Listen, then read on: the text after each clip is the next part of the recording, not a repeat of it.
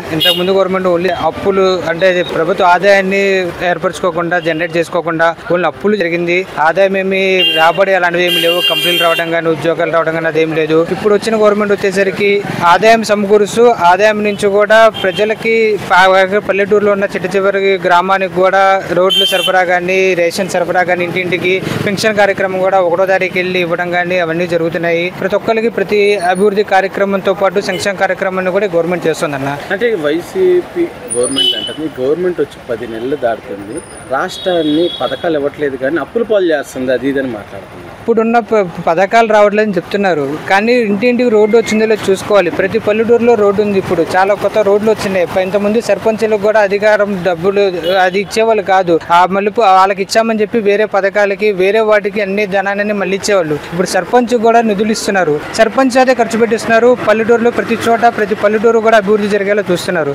అంటే ఇప్పుడు మాజీ ముఖ్యమంత్రి అయ్యుండి అధికారులని బట్టలు చోట తీసి నిలబెడతాను అని మాట్లాడటం కరెక్టేనంటారా?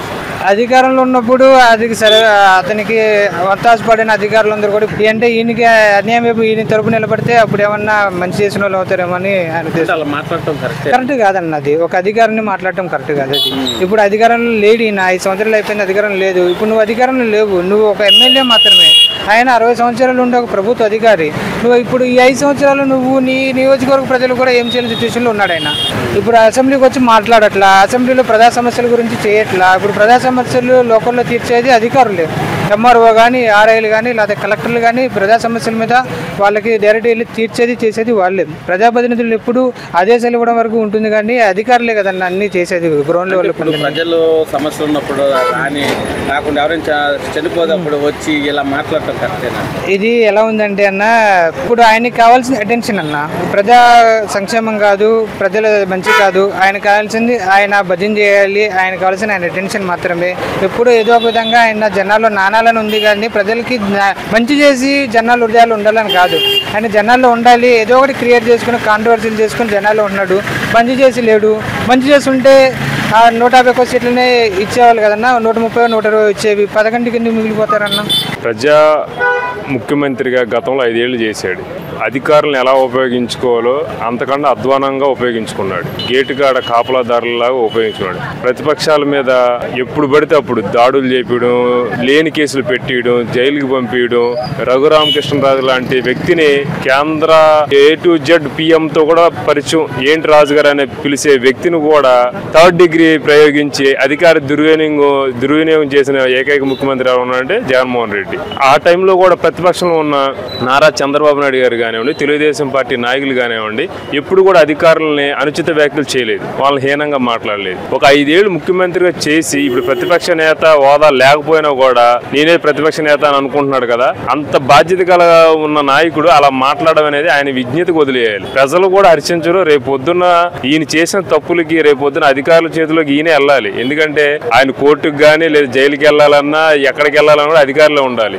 అదే అధికారులు లేకుండా ఈయన గుమ్మం బయట అడుగు పెట్టగలరా? చాలా తప్పండి. వాళ్ళకి మనం ఇచ్చిన అధికారం కాదు, వాళ్ళు స్వయంగా సంపాదించుకున్న చదువుకొని ట్రైనింగ్ అయ్యి ప్రజా జీవితంలో ఏదో ప్రొటెక్షన్ గా ఉండాలి, మనం ఇదిగా పబ్లిక్ కి సర్వెంట్ గా ఉండాలని చెప్పి వాళ్ళు అధికారంగా చేస్తున్నారు. అలాంటి వ్యక్తులను అలా అనడం చాలా దుర్మార్గం. దాన్ని తీవ్రంగా ఖండిస్తాను. మళ్ళీ నేను వస్తాను, ఉద్యోగాలు తీపిచ్చేస్తాను అని దీన్ని మాట్లాడుతున్నాను. ఆల్రెడీ ఆయన బట్టలు ఎప్పదీసి జనాలు ఇంట్లో కూర్చోబెట్టారు. ఈయన ఎవరు బట్టలు ఎప్పుదెత్తాడండి? ఈ మొన్న 11 వచ్చినాయి. నెక్స్ట్ 2029లో 1 సీటు కూడా రాదు ఆయనకి. ఎందుకంటే ఆయన గురించి మొత్తం ప్రజలు కళ్ళు తెరుచుకున్నారనమాట. అప్పుడేదో 1 ఛాన్స్ ఇవ్వాలని చెప్పి ఇచ్చారు. ఆ 1 ఛాన్స్ తోనే లాస్ట్ ఛాన్స్ గా మిగిలిపోయాడు. ఇంకా ఆయన రాజకీయాలకు కానీ ప్రజా జీవితంలో కానీ పనికిరాని పువ్వు కింద మిగిలిపోయాడు. అది ప్రజలందరూ గమనించి ఆయన పక్కన పెట్టేశారు. ఇంకా ఆయన్ని పగటకలను తప్పించి వాస్తవాలు అయితే ఏమి ఉండవండి. ప్రజల్లోకి రాకుండా రోజు ఎవరైనా చనిపోయినప్పుడు ఆయన వచ్చి ఇలాగ మాట్లాడటం కరెక్టేనా?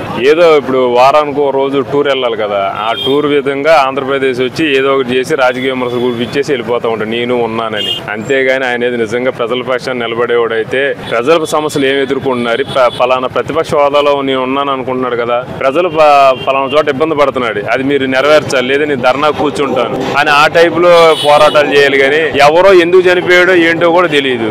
దాని మీద ఏమో ఎంక్వైరీ జరుగుతుంది.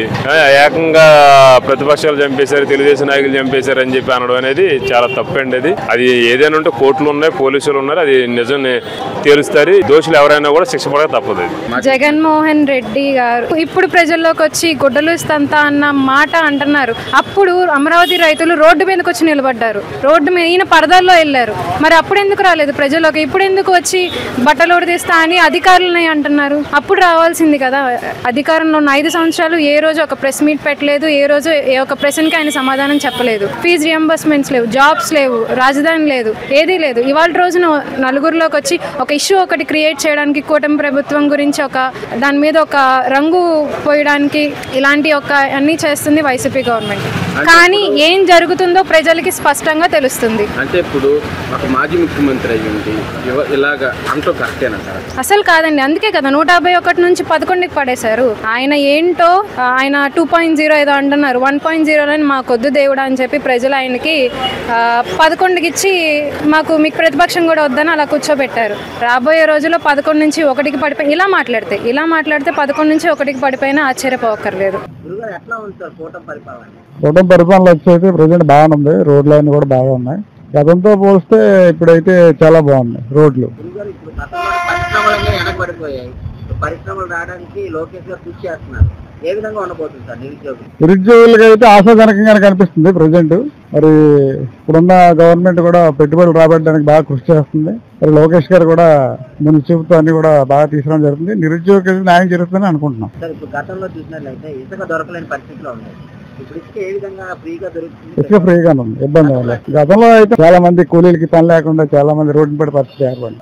ఇప్పుడు పర్లేదు, పనులు బాగానే ఉన్నాయి. సార్ ఇప్పుడు గతంలో చూసినట్లయితే శాంతి భద్రత ఎట్లా ఉంది, ఇప్పుడు ఎట్లా ఉంది? శాంతి భద్రతలో కూడా గతంతో పోల్చుకుంటే పర్లేదు, బాగానే ఉంది. ఎట్లా ఉండబోతుంది సార్ ఈ 4 years చంద్రబాబు నాయుడు పరిపాలనలో? చంద్రబాబు నాయుడు గారి పరిపాలన అంటే మరి ప్రజలకు అందరూ నమ్మకం.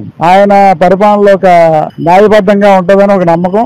అలాగే శాంతి భద్రతలో కానీ ప్రజలు కూడా ఏ విధంగా ఇబ్బందులు పడకుండా అందరూ కూడా నిశ్చితంగా ఉండే పరిస్థితి అయితే ఈ రోజు కనబడుతుంది గతంతో పోలిస్తే.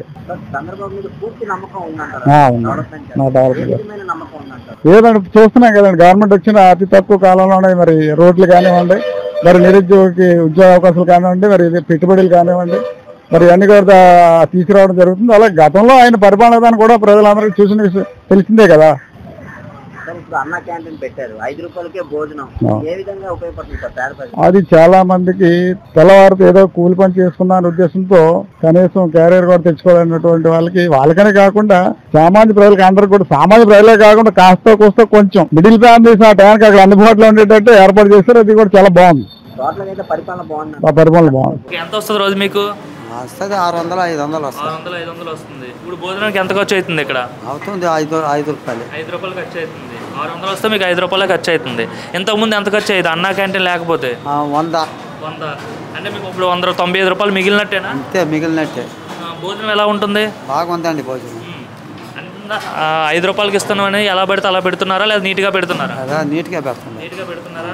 బాగుంటుందా భోజనం? బాగుంటుంది. ఏం చెప్తారు మరి? చంద్రబాబు అందరికి డబ్బులు మిగలాలి, అందరి ఆకలి తీర్చాలని చెప్పి 5 రూపాయలకే ఉచితంగా భోజనం పెడుతున్నారు కదా, ఆయన కోసం ఏం చెప్తారు? ఆయన మంచిదే చెప్తాం మేము, అంతే. మరి వైసీపీ వాళ్ళు అంటున్నారు ఏమన్నాం బాగోలేదని చెప్తున్నారు. మాకు బాగుందండి, ఒకరితో పని అంటున్నారు. ఇదేమో 5 రూపాయలకి ముష్టి అన్నం పెడుతున్నారని చెప్తున్నారు. లేదు, మాకు బాగుంది, బాగా పెడతా ఉండదు. ఎలా ఉంది కూటమి ప్రభుత్వం వచ్చిన తర్వాత చంద్రబాబు పని? బాగుందండి. పేదవాడికి గత 5 ఏళ్ళు బాగుందా, ఈ 5 ఏళ్ళు బాగుందా? వైసీపీ ఏం పెట్టలేదు కదా, అనవసరమైన మాటలు వద్దు. అసలు తిడతారు ఇక ఆయన్ని. ఎందుకంటే బంగారం వెళ్ళే చక్కగా అందరూ తింటున్నారు. పిల్లలు, పెద్దోళ్ళు, ముసలాళ్ళు, మతుకోళ్ళు అందరూ మాబోటోళ్ళమే. ఆ మాటలు మాట్లాడారంటే ఇక అంతే ఇక.